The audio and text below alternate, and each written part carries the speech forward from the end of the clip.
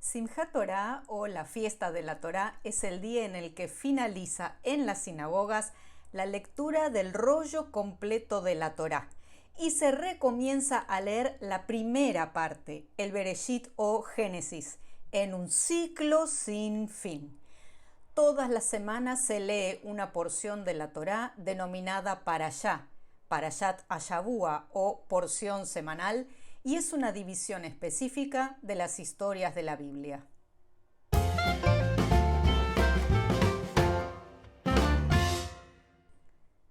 La lectura íntegra del rollo de la Torá, es decir, del Pentateuco o los 5 libros de Moisés, se completa el último día del año hebreo.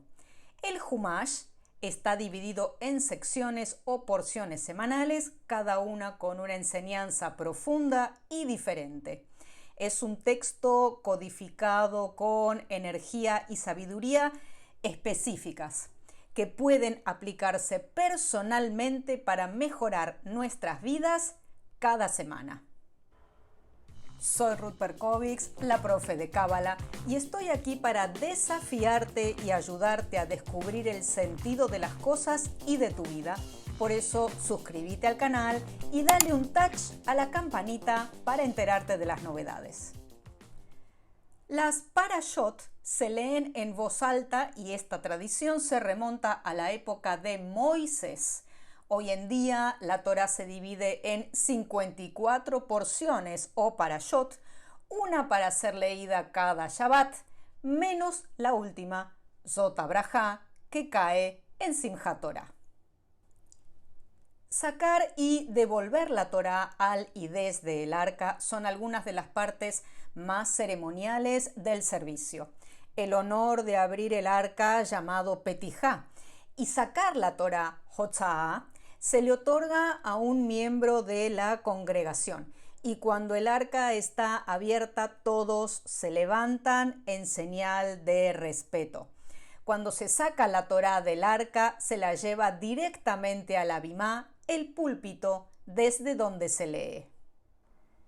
En cambio, en Simchat Torah sacamos la Torá del arca, pero no seguimos el proceso regular de llevar el rollo de la Torá directamente a la mesa de lectura, sino que en este día hacemos 7 hakafot o 7 danzas o saltos que son como una marcha con la Torá alrededor de la mesa de lectura o alrededor de la sinagoga, y la gente se acerca para besarla o cargarla en un acto de extraña pero profunda intimidad.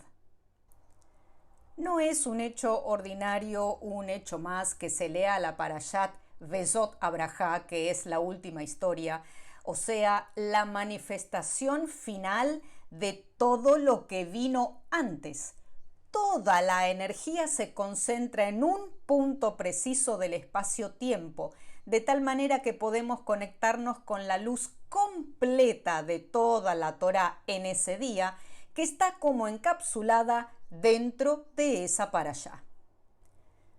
Como hemos visto en el curso Aleph Bet, la última letra o arquetipo hebreo es la energía previa a la primera, que permite la transición hacia el comienzo, porque en Kabbalah todo es circular. Entonces comenzamos el año nuevo con la última lectura de la Torá, que refiere a las bendiciones que Moisés le otorga a los 12 hijos de Israel. Es decir, la luz de sus bendiciones se revela para los 12 meses del año que viene. El Arizal o el Rabí Itzhak Luria nos revela que en Simchat Torah tenemos una completa unificación de la luz con el recipiente, o sea que estamos aptos para recibir en distintos niveles. Recordemos que la Kabbalah significa recepción. La unificación es de Zeir Anpin, o sea, de las 6 sefirot de Olam HaYetzirah, que representan a la Torah, con Malhut, que es la mesa de lectura o la bimá. Entonces, mediante esta unificación, mediante las hakafot de Simchat Torah, simbolizamos el renacimiento de la Torá, ya que comenzamos la lectura desde el principio, inmediatamente después de terminar la última porción de lectura. Esta conexión intenta unir lo superior con lo inferior, por eso la parashá, al igual que cientos de versículos en la Torá, comienzan con la letra Vav, simbolizando la unión de lo superior con lo inferior y viceversa, simbolizando literalmente un clavo. En Kabbalah terapéutica hacemos exactamente eso. Muchos de mis pacientes ya lo saben, el trabajo es desde abajo hacia arriba, de tal manera que seguimos los métodos de balance propuestos por el árbol de la vida y la comunicación a través de los senderos con las letras hebreas. Si querés participar de las sesiones de Kabbalah terapéutica, podés encontrar más información en mi página web kabbalahinfluencer.com. En Deuteronomio capítulo 33, versículo 1 encontramos: y esta es la bendición que Moisés, varón de Dios, impartió a los hijos de Israel antes de su muerte. Vezot abraha asher berach Moshe ish haElohim et bnei Israel lifnei moto. Vezot abraha, que son las primeras palabras del versículo, es la bendición de Moisés pronunciada en el último día de su vida para Israel, tribu por tribu. La Torá concluye de manera sencilla con la muerte de Moisés y su entierro, aparentemente a manos de Dios en la tierra de Moab, de modo que hasta el día de hoy nadie conoce el lugar de su entierro, y esto está escrito en Deuteronomio 34:6. Observemos que el mayor tributo que la Torá íntegra le da a Moisés, el profeta más grande de todo Israel, es llamarlo Eved Hashem, o el siervo de Dios. Esta última parashá es un profundo comentario sobre la mortalidad y la condición humana. Moisés, tal como lo encontramos en la Torá, es simplemente un ser humano hecho grande por la tarea que Dios le encomendó y por la humildad que lo convirtió en el supremo canal a través del cual fluía la palabra y el poder de Dios. Comparemos entonces con todos estos piojos resucitados que se creen Dios o algo parecido, ni Moisés, ni nada, que les otorgamos el poder y que todo el mundo los aplaude y los alaba como si, as if, y son una nada. Está Dios y mucho más abajo está el hombre y todos a la misma altura.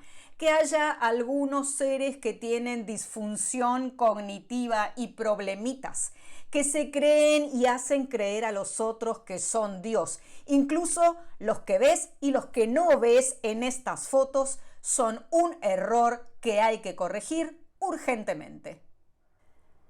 Así entonces, sin monumentos y sin calles que los nombren, muere Moshe solo en una montaña con Dios como pastor, tal como lo había sido en un principio en Midian, cuando vio un arbusto en llamas y escuchó el llamado que cambió su vida y toda la civilización occidental.